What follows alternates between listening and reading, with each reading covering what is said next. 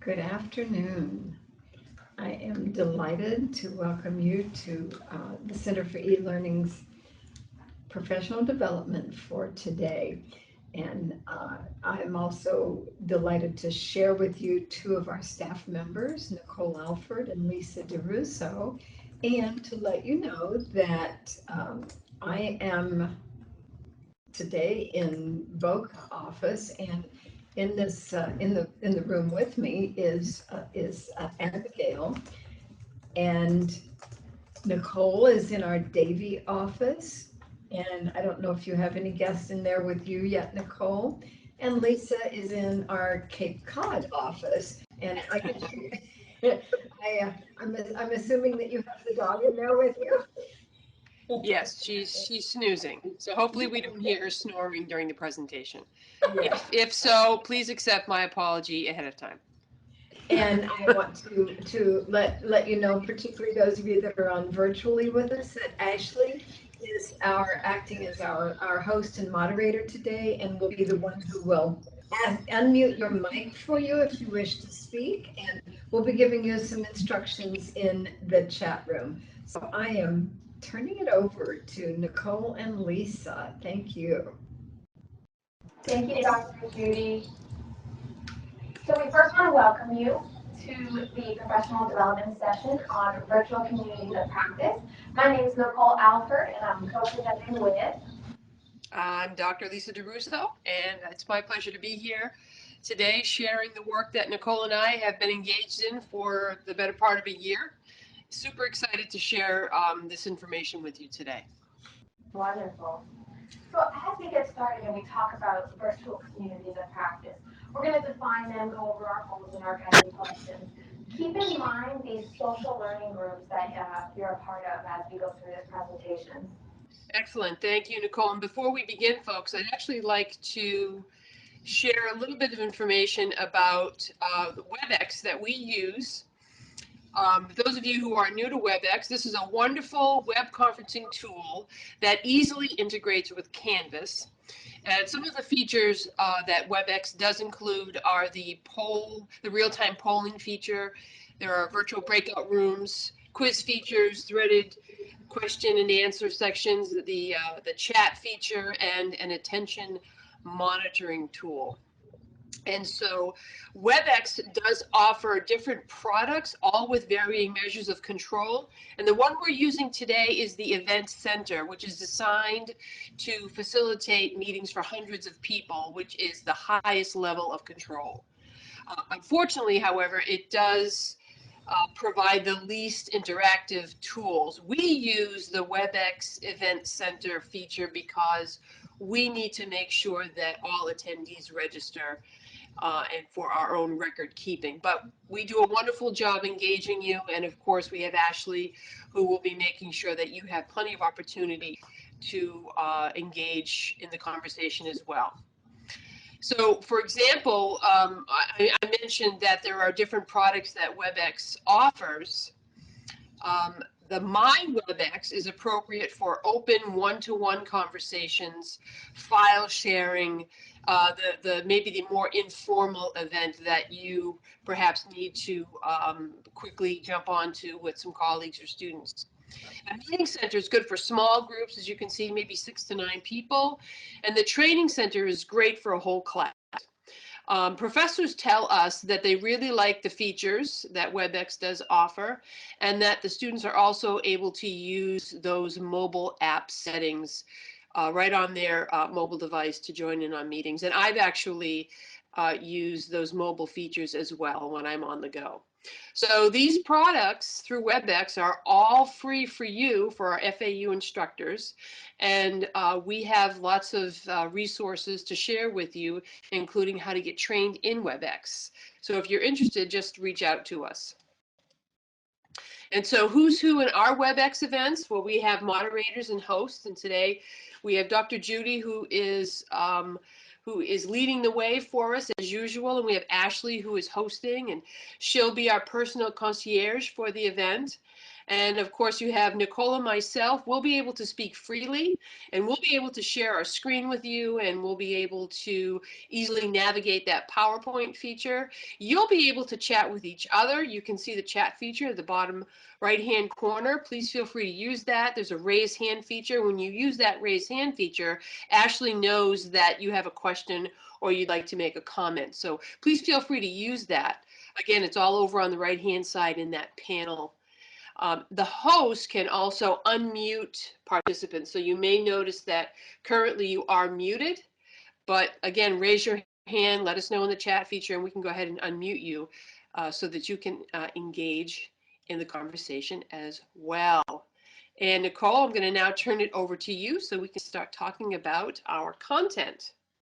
Wonderful. Thank you, Lisa, for that great introduction on WebEx. So yeah, we're going to talk about our goals today. So as we move to the next screen, we have our goal for this professional development session, which is to explain how various aspects of a program-based virtual community of practice, abbreviated vCoP, influences student achievement in a classroom. So how does that program-based vCoP impact your classroom is basically what we're going to go over today.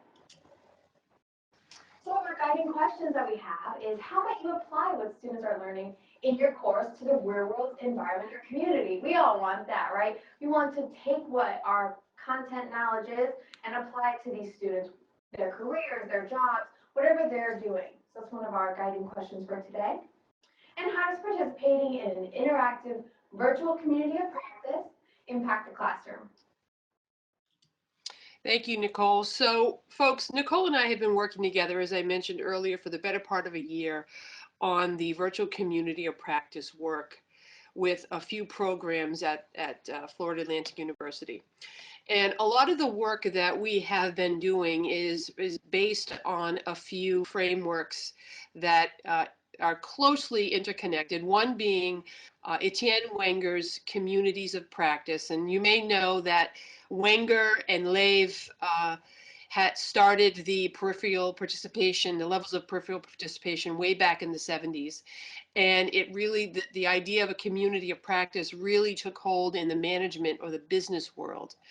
Currently in higher education, specifically, communities of practice really do provide a nice solid foundation for professionals within one program or within one college, and more power in between colleges and campuses and even universities to really connect and talk a lot about their interests, what is it they want to learn more about, and what is that skill that they just want to get better at.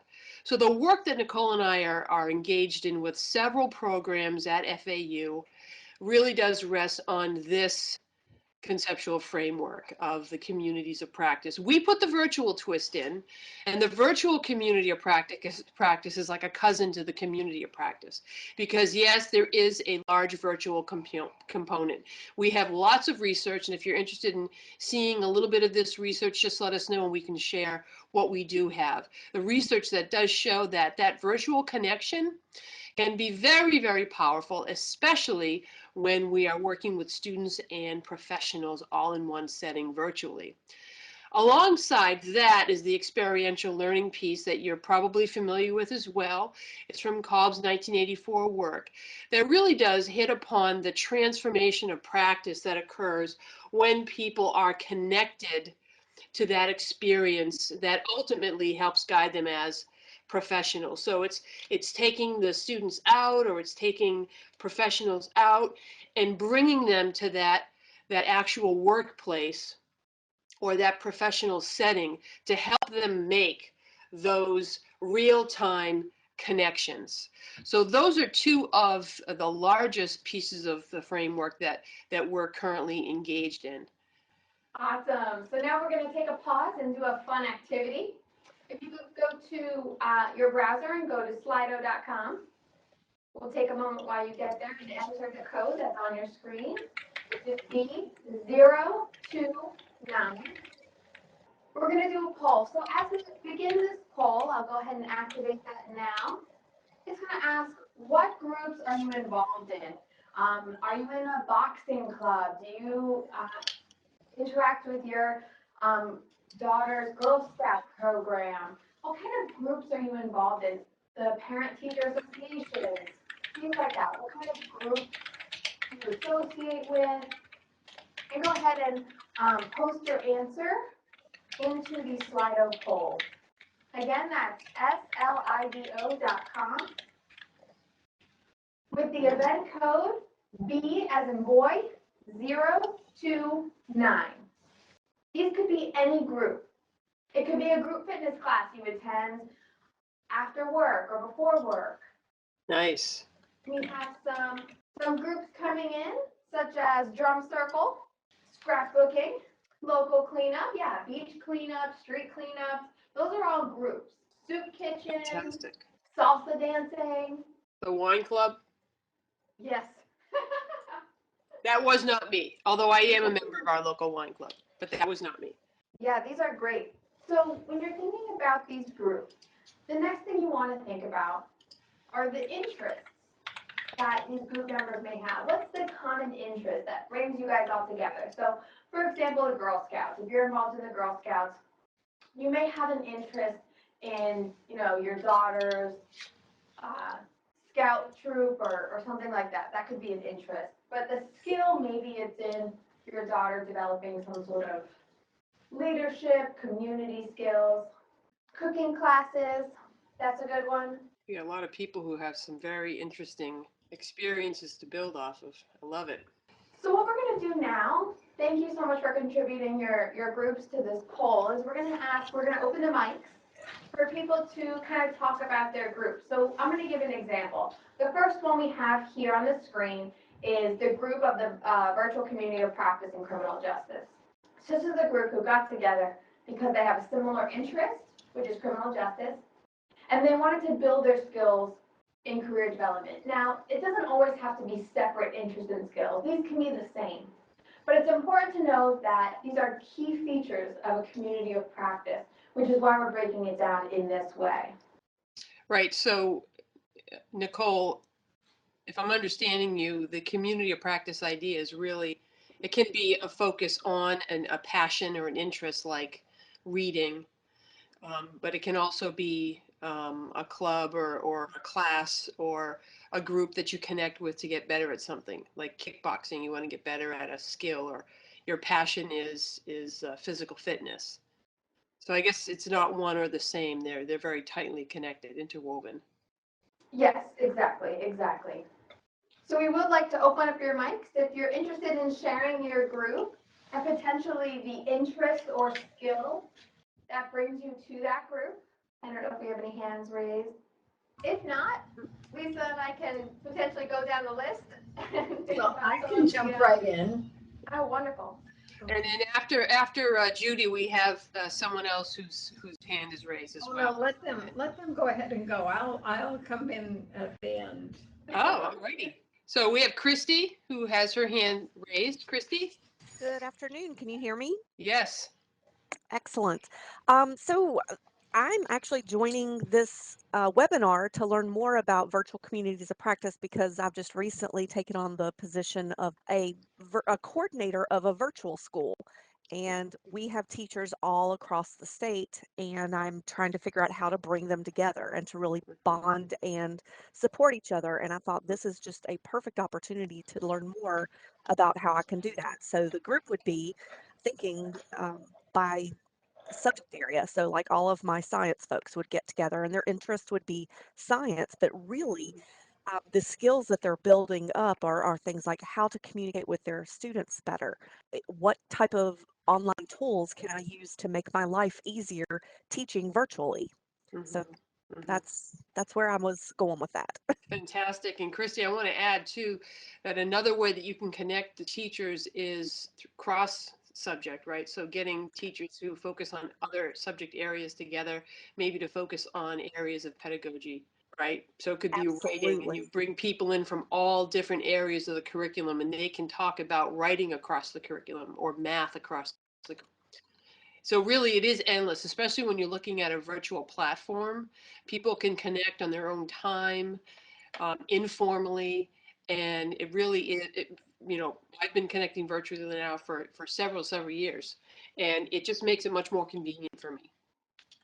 So excellent. Thank you for sharing. And Abigail. Go ahead, Abigail.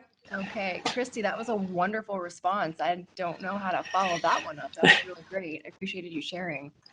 I wrote in drum circle for the Slido, and the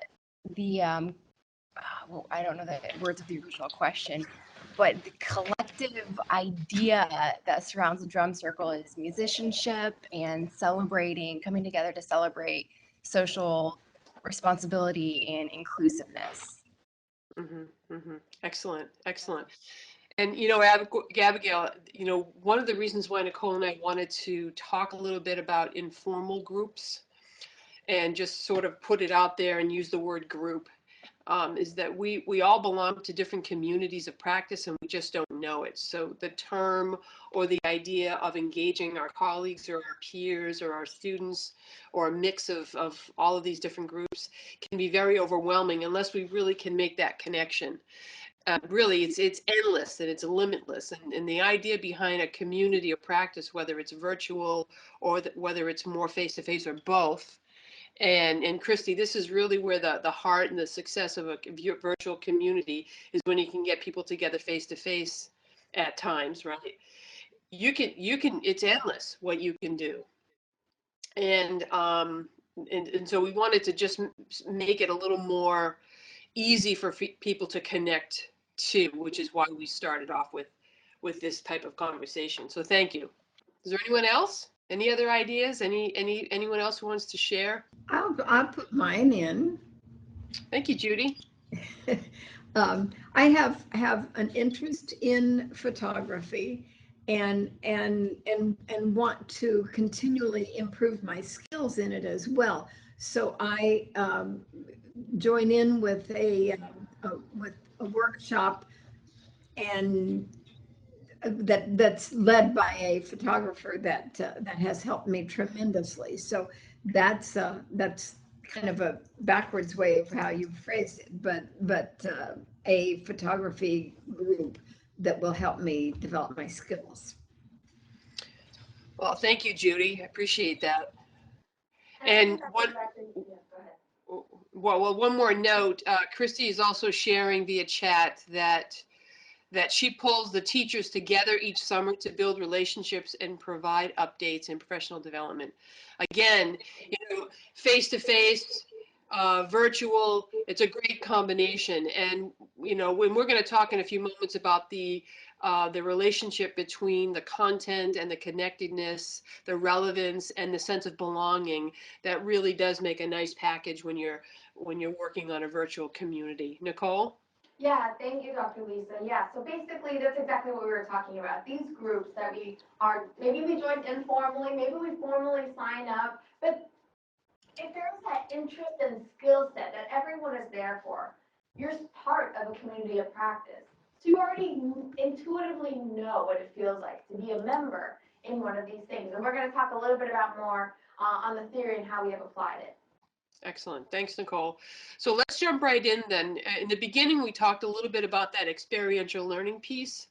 And I just wanted to bring up a little bit of what Nicole and I are currently working on through the Center for E-Learning. And I'll just use the criminal justice virtual community of practice. So as an idea, the criminal justice students at FAU, they're studying different areas of criminal justice. And what the faculty members and the staff members who are involved in the virtual community of practice have been able to do for the students is connect them together with professionals from the Palm Beach Sheriff's Office through a live event. And we've hosted several of the live events for them, for the students, and for the sheriff's office, which has allowed our students connected from all across Florida. I believe that they're all still within the state of Florida, but all throughout Florida to connect and ask questions. And it's like they have these professionals there just for them, and they're focusing on very specific topics, like human trafficking was one. We had a shoot, don't shoot event, which talked about the minute by minute reality for police officers. So conversations like this for students who may not otherwise have the opportunities to have conversations with professionals in their field of interest. Now, additionally, you could be thinking about, and I hope that I'm sparking an interest. The sky is the limit here virtually when you're looking at experientially connecting our students to the community that they're hoping to serve as a professional.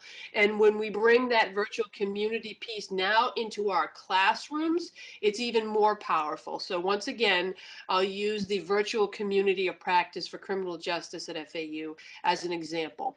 So we have our adjunct faculty members and our full-time faculty members who are working together with area professionals. They come together for live events. And I also believe, Nicole, correct me if I'm wrong, but I also believe that they're also bringing students and connecting students to the airport. Something at the airport? Yes, and it's Yes. all the way in Texas. So even, it's not just Florida, really, it's nationwide, could be worldwide, depending on Oh, your great, great. needs and interests of your students. So yes, Lisa, thank you for bringing that Yeah. up. As well as Fort Worth Police, they are involved in our virtual community of practice for employment opportunities for students. But anyway, the discussion, inquiry, and reflection, our faculty members are bringing that into their classrooms, their face-to-face classrooms and their online classrooms. So students have a conversation with professionals, whether it's face-to-face or whether it's through the live event. There are discussions going on in the virtual community of practice about those specific topics. And then faculty members are bringing those conversations right into that live classroom, that face-to-face classroom, and the online classroom. So that ability now to really engage students in higher order thinking and really deepen their understanding is continuous because you have so many different areas of resources at your disposal in the virtual community of practice. And I'm not sure, do any of our participants have comments or questions at this point? Because I would love to open up the microphones. I would just like to say something really quick as we're opening the lines for people. The reason why we have that career piece and those live events with the experiential folks is because of, if we go back to the slide on what our skills we want to build and what interests we have for our community of practice, this is where the alignment comes in. So you have to figure out what is the need in your community and what are the skills and interests that your community members would want to come to and get together. So we know students, they want that professional development, they want that job experience. So that's kind of why we're focusing on that way for this example. Excellent. Well, we don't have any comments or questions yet, so I'm going to move us to the next slide. But folks, I really want to engage everyone in this conversation because, this really is a time for you to maybe think out loud. You can use this as thought partners in this work. So don't hesitate. Let us know if you want to add a comment or ask a question. So let's jump right to the classroom impact. And we've done considerable research on this because, as you know, right, whatever we're creating through a virtual community of practice, we want to make sure that we have that transfer into the classroom. That's the biggest impact, student achievement. Right? So what we wanted to do was make sure that we took some of the research that we did and inputted and implied it right into our virtual community of practice. So as Nicole was mentioning, that career development piece and the networking piece for our students was key. And the criminal justice folks, when they started the work over a year ago, they sat down with us and they had a conversation about what is that need and what can the virtual community of practice do to fill that need that they were currently seeing in their program. And they identified early on that they wanted to provide opportunities for their students to network, not only with each other, but with professionals across the community. And as Nicole said, we're connecting with folks in other states, real-time resources. So as things develop in the field, we're able to bring those right into that virtual community of practice. And we're always focusing on that social connection because we know learning is social.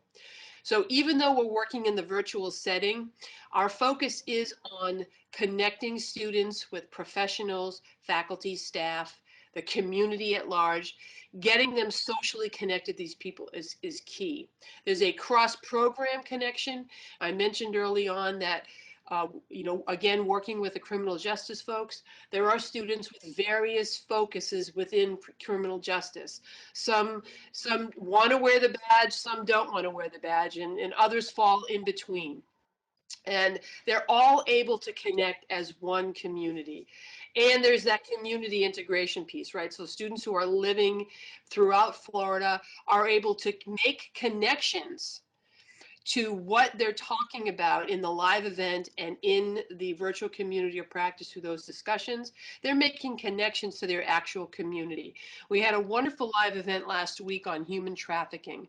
One of our full-time faculty, Dr. Callie Kane, joined us, and one of her areas of expertise is on human trafficking. And she shared some very detailed information with the students, and really was helping them to make connections to what they could do in their community right now, today, as a student.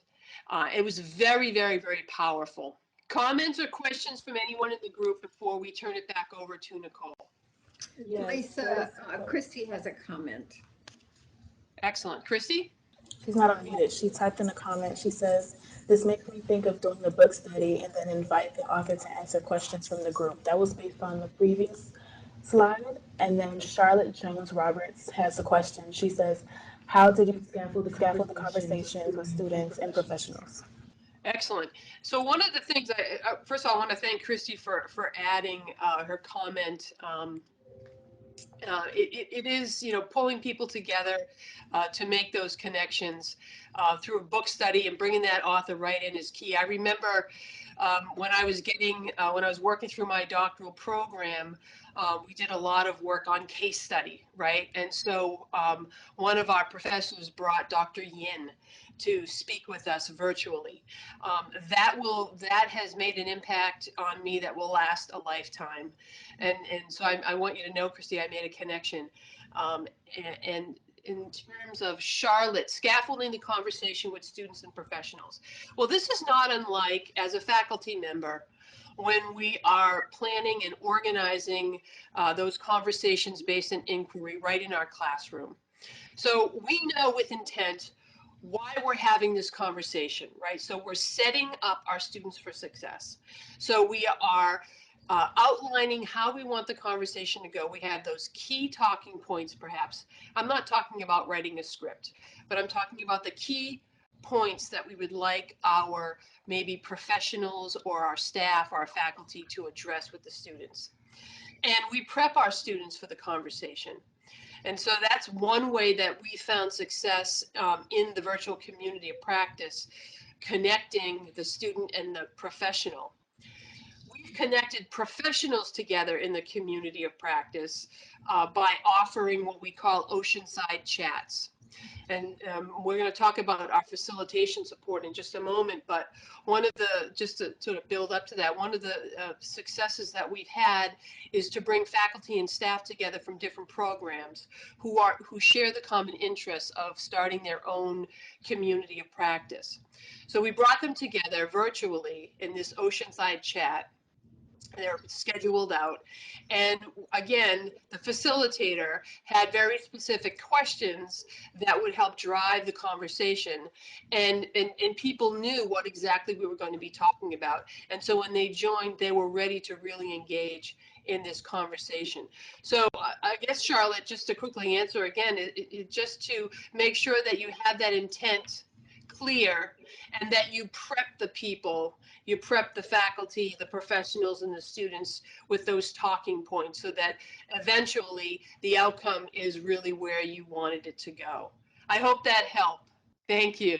All right. That sounds great. Yeah, thanks, Lisa. And I just wanted to add one more thing. I know we have about 15 minutes left, so I just want to keep that in mind as we continue this conversation, is that it's not just students and professionals or students to faculty, it's students to students. So a freshman student who may never interact with a senior student about to graduate, who already had an internship, who knows what they want, they interact with that freshman coming in Intro to Criminology, for example, and understanding that, okay, I have been in your position, let me help guide you, let me be that mentor for you. Excellent. But Yeah. also something really important is that students may never connect because they just may not have the same courses. And bringing them together in a program like this allows for that expansion of knowledge and for the teacher, in a sense, for students to be able to mentor and teach maybe freshmen and a senior relationship or something like that is a really, really big point to these. And it may potentially, they may feel good.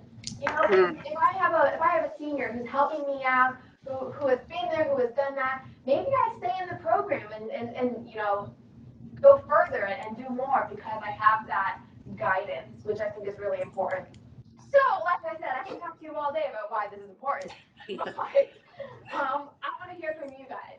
So, based on what we've said, can you come up with maybe one or two things? If you can go back to Slido for me, we've opened a second question. Why is this important? Is it important? You tell us. We kind of want to know your opinion based on what we've said of why this may be something that would be beneficial for you, beneficial for the community, maybe how your students would use this. I really like Christy's example of the book study and then inviting the author. We did something similar in the criminal justice community of practice where we had them watch a video and we discussed that video. So prompting them with those things that Lisa was saying. Is that like something is that something to keep in mind? Charlotte Jones has a comment. She says, I think it can really help students connect who aren't able to be in the XLF classroom. And she asked, how do you guys decide on a time while in an online course? That's a great question. A lot of the work that we're doing, Charlotte, is based on the individuals who are creating this for their students, right? So the virtual community piece that the Criminal Justice Department has designed, they they have decided on a schedule, right, for the entire semester. And one of the things that they did with our support is they got together all of the, the individual adjuncts and faculty and the staff members who were working on this project together, and they actually put together a spring semester of events based on the curriculum that they were each dealing with in their own respective classrooms. So that's one way that they decided on, in terms of a long-term scheduling.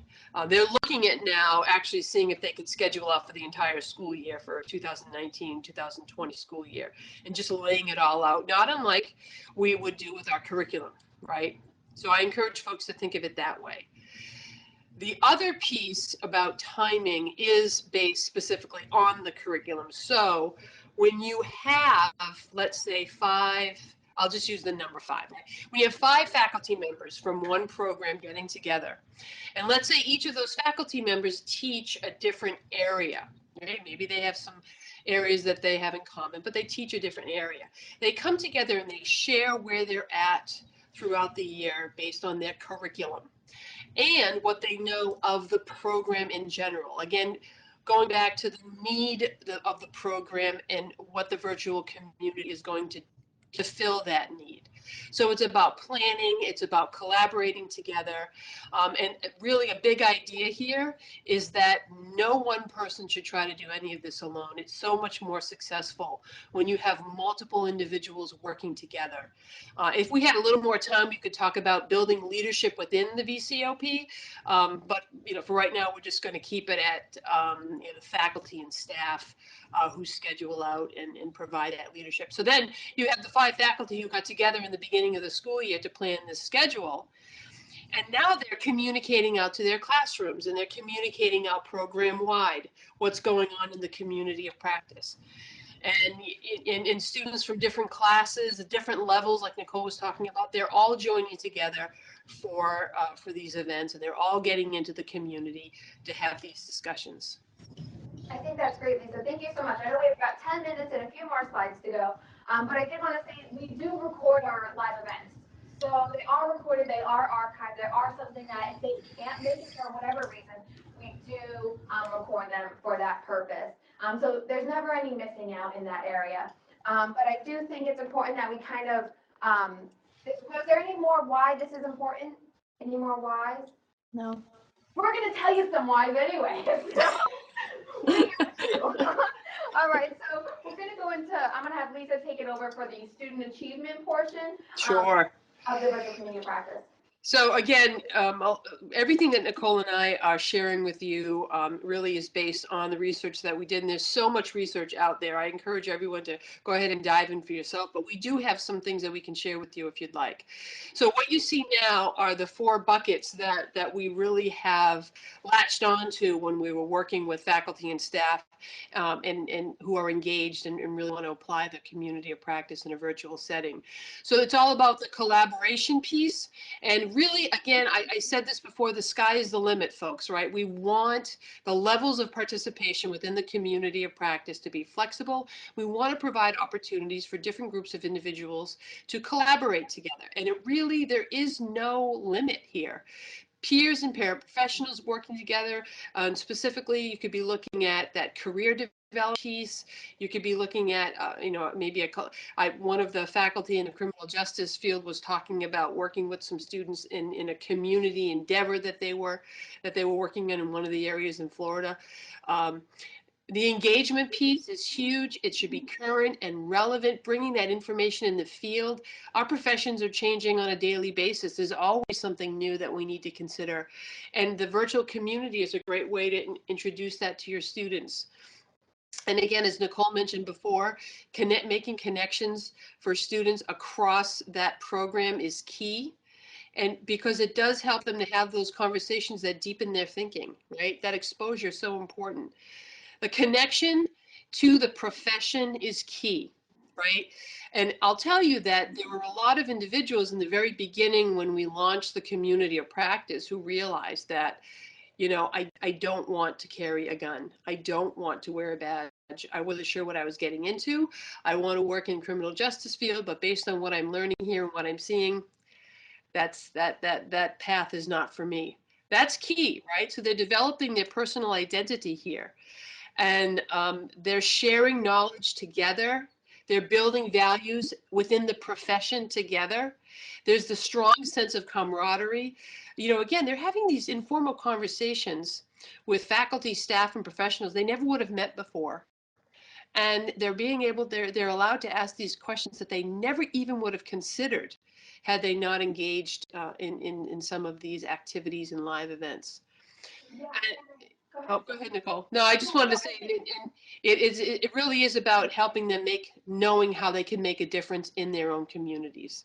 Yeah, and this isn't about finding out that they don't want to do the career. If they don't, so it's not just, oh, I don't want to carry that badge, have that gun or carry that badge, other way around. Anyway, what we're gonna do Yeah. is they can find other careers in the program. So just because, there's a Yeah. police officer or a sheriff doesn't mean that there's not someone who's a social worker in the criminal justice field. Like there Yeah. are other ways.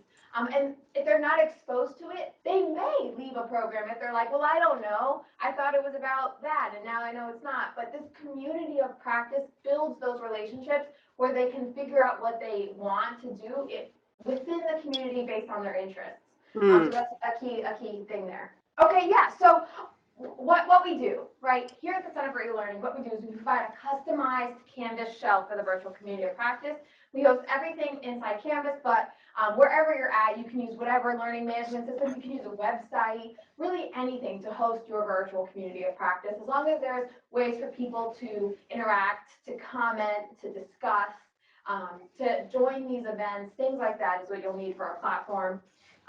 What we have now are these live synchronous sessions that Dr. Lisa had talked about, and those just-in-time discussions. Those are our 2 key features of our current community of practice. There's a lot more in there. I know we have a short amount of time to discuss it with you today, but there's so much that we have in here. And I'm going to let Lisa talk a little bit about the data, and then we'll go into connecting with us. Yeah, so real quick, right now, currently, this is our first year with the virtual community, and so we're still considering this our pilot year. And so we currently have over 250 students who have been engaged at various levels, right? They're not all 100% in, but we've had an average of about 10% of engagement virtually right throughout, so that's good. We've made a lot of adjustments and lessons learned, right? We're taking the data that we have, we're taking the experiences, and we're making those changes for the next year. Like I said before, we have a combination of adjunct, full-time faculty, staff members, and the community at large, based in the specific profession, also engaged. Yes, exactly. So we're going to skip our other activity and go straight to You're Not Alone. So we are here for you. We're here to support you. Whatever you need, Lisa and I are part of the vCoP team, as you would call it, at the Center for E-Learning. We have virtual and face-to-face consultations, as well as interactive community-based facilitation support, which I'll let Lisa talk about, which you talked about briefly before, those Oceanside chats. Yeah, so we do have facilitation support. We're trying to personalize it. We help you to harness what you already know about facilitation and really bring it to launch a successful virtual community of practice. Everything in our support that we have, it is right now in the form of a workshop via Canvas. We're personalizing it, but everything is based on research and really is tailored to fit your needs. And Nicole and I have, we've worked with people throughout several programs right now, and we're always welcoming new people into the mix. The more the merrier. All right, so we have the last 2 minutes for questions. Yeah, does anyone have any questions or comments? I know we threw a lot of information out there. There is a lot more information we have to provide to you. If you are interested, please reach out to us. We have documentation that we've used to facilitate, to create, to design, to make it engaging. Lisa, Yes. will it be possible to offer that facilitators training to people that might be outside the FAU community? I'm not sure. That's obviously something that our director would need to have a conversation. We'd have to have a conversation with. It would be nice to be able to reach out. Yeah, I mean, I think, one of the nice things about the work that we do is that anybody, it's not just an FAU thing, right? Right. And we're so willing to share because we do have our own community of practice at the Center for E-Learning that we do take very seriously. So we're part of the community. We want to give to the community just like we take from the community. So it's worth the conversation. Christy Richburg says, thank you so much. This gives me a great start on brainstorming how to engage my virtual teachers. You are welcome, Christy. Please reach out to us if you want more thought partners. We're always here to support. We love the conversation. All right, thank you so much for your time. It's 1 o'clock. Again, please reach out to Lisa and I or iDesign@fau.edu. That's iDesign@fau.edu for more information. And we are so happy that you were able to join us today. Thank you, folks. Thank Thanks you. for joining. Bye for And now. thank you everyone for joining in, and thank you Lisa and Nicole for whetting everybody's appetite on this valuable topic. It's all good stuff. You're welcome. We enjoy it.